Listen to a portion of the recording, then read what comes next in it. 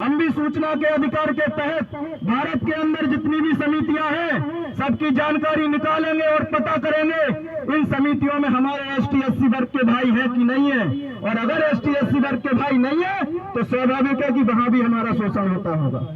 जब ये बोल रहे हैं कि हमारा शोषण होता है तो हमारा भी शोषण होता होगा, तो इस बात की भी हमें पहल करनी है। दूसरी बात साथियों, जिस प्रकार से अगर हम इसी प्रकार से सोते रहे तो इस प्रकार से तो हक मिलने वाले नहीं है।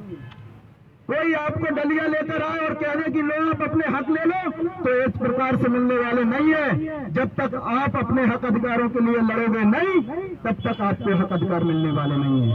और अगर उदाहरण के तौर पर समझना चाहो तो हमारा छोटा भाई एससी और एसटी जिसके हक अधिकार सुनिश्चित हैं, लेकिन वो हमारे मान सम्मान की लड़ाई को हमारे साथ मिलकर लड़ रहे हैं। हमारे बड़े भाई आजाद समाज पार्टी के संस्थापक माननीय चंद्रशेखर आजाद जी भी लगातार ओबीसी एसटी एससी वर्ग के हक अधिकार को लड़ाई लड़ रहे हैं। हमारे ओबीसी महासभा के प्रदेश पदाधिकारी राष्ट्रीय core committee member Mahendra Singh ji, Dharmendra Singh ji, Brijendra Yadav ji जैसे तमाम क्रांतिकारी साथी हमारे ओबीसी एसटी एससी वर्ग की लड़ाई को लड़ रहे हैं।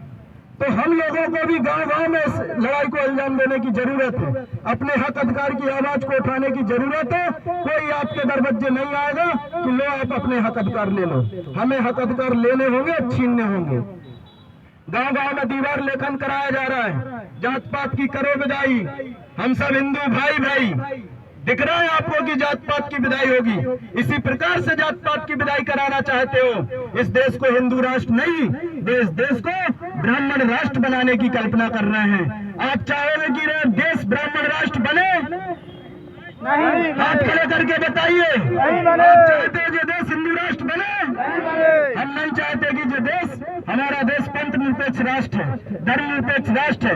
हम सब लोग भाईचारे की भावना से रहते हैं, सामाजिक समरसता की विचारधारा से रहते हैं। लेकिन कुछ चंद मुट्ठी भर लोगों ने हमारे हक अधिकारों का शोषण करके और पूरी मुख्य व्यवस्थाओं पर काबिज हो गए। हमारे जितने भी विश्वविद्यालय हैं उसमें 38 कुलपति एक ही वर्ग विशेष से बैठे हैं। तो बताइए वहां हमारे लोगों का शोषण नहीं होता होगा?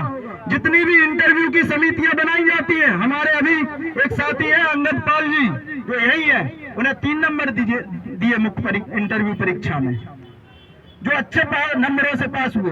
तो ऐसा भेदभाव होता आ रहा। साथियों मैं लास्ट में यही आग्रह करूंगा कि आज जितने भी आज वोट आए, लेकिन आज के बाद एक संकल्प लेकर जाओ कि हम मनुवादी विचारधारा के व्यक्ति को ना तो कभी वोट देंगे और न ऐसे व्यक्ति के कभी समर्थन में खड़े होंगे।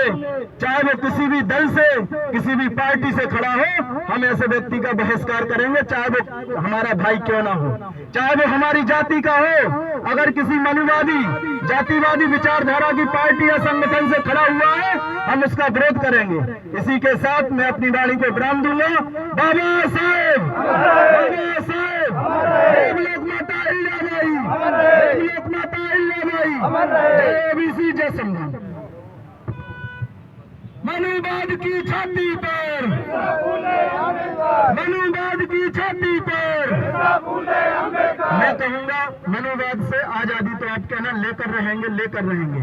मनुवाद से आजादी लेकर रहेंगे, लेकर रहेंगे। मनुवाद से आजादी लेकर रहेंगे, लेकर रहेंगे। सामंतवाद से आजादी लेकर रहेंगे, लेकर रहेंगे। मनुवाद से आजादी लेकर रहेंगे। इसी के साथ हमारे एक दो साथी, हमारे राजेंद्र साथियों, आज हमें जरूरत है अपनी संवैधानिक हक